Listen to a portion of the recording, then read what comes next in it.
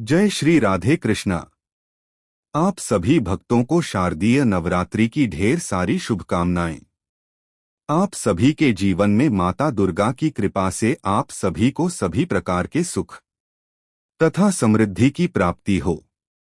आइए आज आप सब जानेंगे वर्ष 2025 में शारदीय नवरात्रि का व्रत कब धारण किया जा रहा है, किस दिन घट स्थापन कलश स्थापन किया जाएगा, कलश स्थापन का शुभ मुहूर्त समय क्या होगा, अष्टमी और नवमी कब है, विजयदशमी कब होगा, नवरात्रि के दौरान क्या करना चाहिए।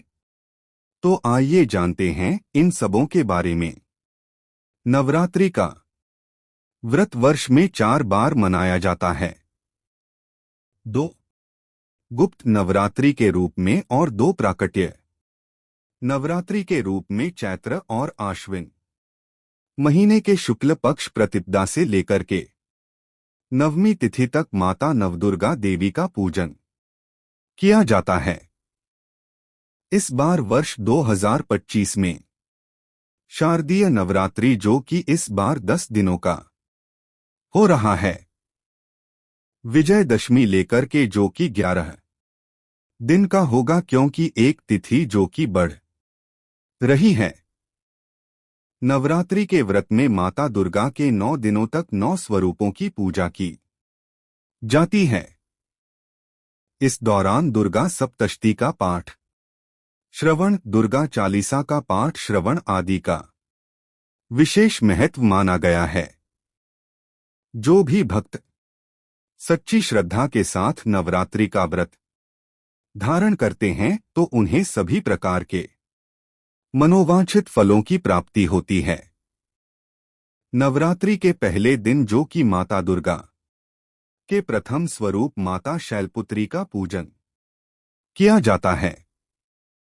वहीं पे दूसरे दिन ब्रह्मचारिणी माता, तीसरे दिन चंद्रघंटा माता, चौथे दिन कुष्मांडा माता, पांचवें दिन स्कंद माता, छठे दिन कात्यायनी माता, सातवें दिन कालरात्रि माता, आठवें दिन महागौरी माता, नौवें दिन सिद्धदात्री माता। इनका 9 दिनों में पूजन किया जाता है और अगले दिन जाकर के विजयदशमी का त्योहार मनाया जाता है। नवरात्रि घट स्थापन के लिए बतलाया गया है, प्रारंभ के समय यदि नक्षत्र और वैधति योग हो तो उनके उतरने के बाद ही व्रत का प्रारंभ होना चाहिए, परंतु देविका आवाहन, स्थापना और विसर्जन ये तीनों प्रातः काल में ही होते हैं। यदि अधिक समय तक हो तो उस दिन अभिजीत मुहूर्त आरंभ करना चाहिए, यानी कि अभिजीत मुहूर्त में घट स्थापन करना चाहिए। नवरात्रि में घट स्थापन जो कि प्रतिपदा तिथि के दिन की जाती है, तो प्रतिपदा तिथि प्रारंभ समय 21 सितंबर 2025 दिन रविवार रात्रि 1:25 और प्रतिपदा तिथि की जो समाप्ति है वह 22 सितंबर 2025 दिन सोमवार रात्रि 2:57 पे प्रतिपदा तिथि की समाप्ति है। तो सूर्योदय व्यापनी के अनुसार 22 सितंबर 2025 दिन सोमवार को घट स्थापन का कार्य किया जाएगा। इस दिन नक्षत्र जो कि उत्तरा फाल्गुनी होगा सुबह 11:25 तक, उसके बाद हस्त नक्षत्र होगा और इस दिन योग जो कि शुक्ल योग है शाम 7:59 तक, उसके बाद ब्रह्मा योग। तो इस दिन सुबह के समय शुभ मुहूर्त में जो कि घट स्थापन का कार्य कर सकते हैं। 22 सितंबर को ब्रह्मा मुहूर्त का समय सुबह 4:35 से सुबह 5:22 तक होगा। सूर्योदय का समय सुबह 5:46, सूर्यास्त शाम 5:54 होगा।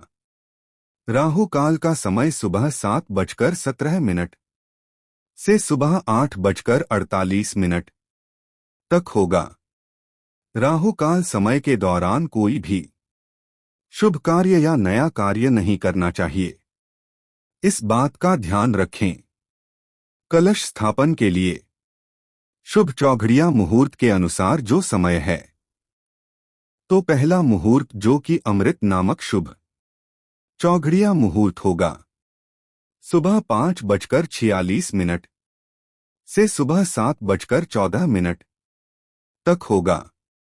उसके बाद शुभ नामक चौघड़िया मुहूर्त सुबह 8:49 से सुबह 10:19 तक होगा। ये दो मुहूर्त में आप घट स्थापन करें। इसके बाद फिर अभिजीत मुहूर्त का समय सुबह 11:26 से दोपहर 12:14 तक होगा। आप इस समय में भी घट स्थापन का कार्य विशेष प्रकार से कर सकते हैं।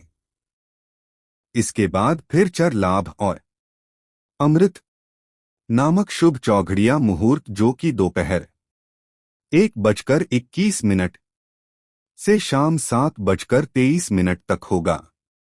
तो इन सभी शुभ चौघड़िया मुहूर्त के अनुसार आप घट स्थापन का कार्य संपन्न कर सकते हैं। विशेषकर सुबह के समय और अभिजीत मुहूर्त के समय में घट स्थापन का कार्य करें तो बड़ा ही पुण्य फलदायी होगा। तो घट स्थापन का कार्य जो कि 22 सितंबर को किया जाएगा।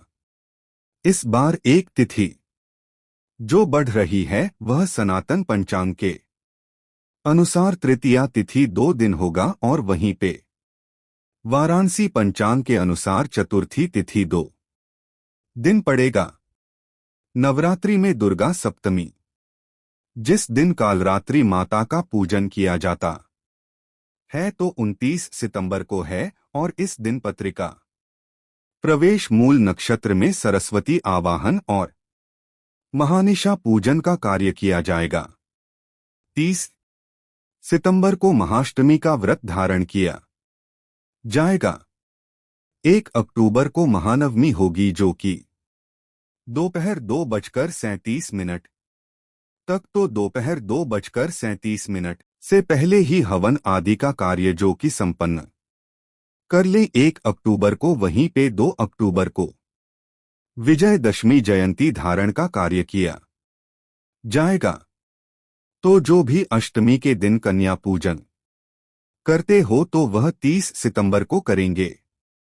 अगर आप नवमी के दिन कन्या पूजन करते हो तो 1 अक्टूबर को करेंगे तथा उसी दिन हवन आदि का कार्य भी दोपहर 2:37 से पहले ही संपन्न कर लेंगे। तो आशा करता हूं कि यह जानकारी आपको अच्छा लगा हो। इसी प्रकार से ज्ञानवर्धक जानकारियां प्राप्त करते रहने के लिए, व्रत पूजा के बारे में जानने के लिए, कथा को सुनने के लिए चैनल पे अगर आप पहली बार आए हैं तो चैनल को लाल बटन दबा करके सब्सक्राइब करें। साथ में बेल आइकन घंटी को दबाएं ताकि आने वाली वीडियो का नोटिफिकेशन आपको समय से मिलता रहेगा। धन्यवाद। जय माता दी।